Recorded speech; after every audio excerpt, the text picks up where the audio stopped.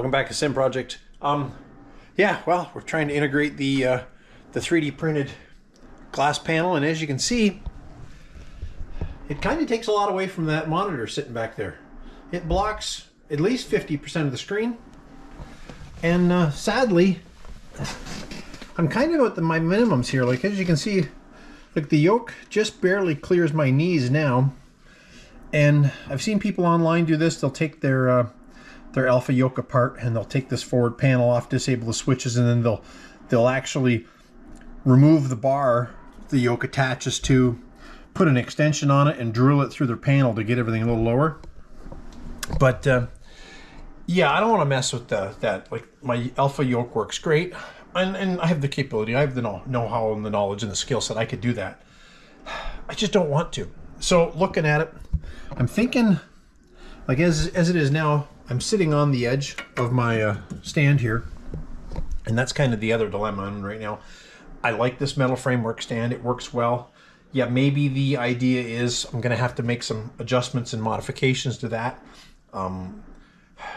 Yeah, like I say, so I don't know, like, I can say I can probably pull the whole panel forward. I mean, this is only 3/4 inch MDF, so I just got to come forward, 3/4 of an inch, and I can lower it down and maybe lower this and put this piece, like, probably like ride it right on top of the honeycomb thing and right above the switches there. I really don't use those switches much, so you're right, why don't I just disconnect this? But anyways, not what I want to get into. I do use the engine start stop switch for some stuff, but as you can see, this is my eye point position. Over 50% of the screen is blocked, and this is, based on the plans I found online, this is a replica 1-to-1 scale of a TBM. Well, TBM in general, the panels are all the same, the aircraft's same size. The different models, they've just changed the electronics and stuff on it for the most part and put a little bigger engine in it. But yeah, this is like an 860, 850, 930, whatever the numbers are. This is real life, 1-to-1 scale.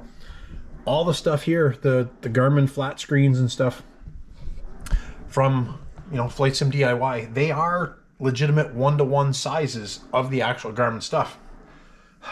So what are we going to do? Well, like I said, I am going to move that forward 3/4 of an inch, and that'll let me come forward and let it come down, and I can probably pick up 2 inches, so, which will be okay, because that'll put the glare shield probably more or less like right about here, right at my eyeball level.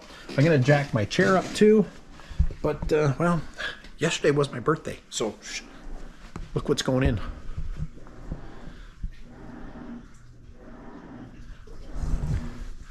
Stick around. We're going to put a new monitor in. I'm giddy as a schoolgirl. Check this out.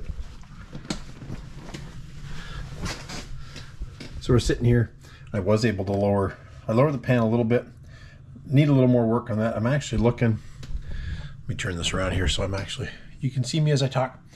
I can take the steel tray off. I can lower the alpha yoke down about that much more and still be okay. The only problem I have with the panel is if I lower it much more, and this is why people put extensions on their honeycomb, and maybe I'll have to do this, because as you can see, if I come in, and at the right point, the yoke runs into the controls on the G1000.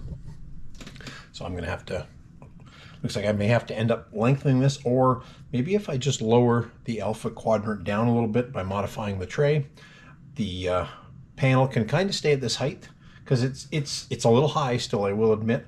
But yeah, it's tweaking. Like, this is just first try. So what else we got going on? The Satec autopilot panel, I've 2-way taped it up there for now. It'll come off. I'll touch the paint up a little bit maybe once the autopilot is done. It really upsets me about that display. I wish I could make it work. And same with the switch panel. It's just down there temporarily until I get the lower unit built.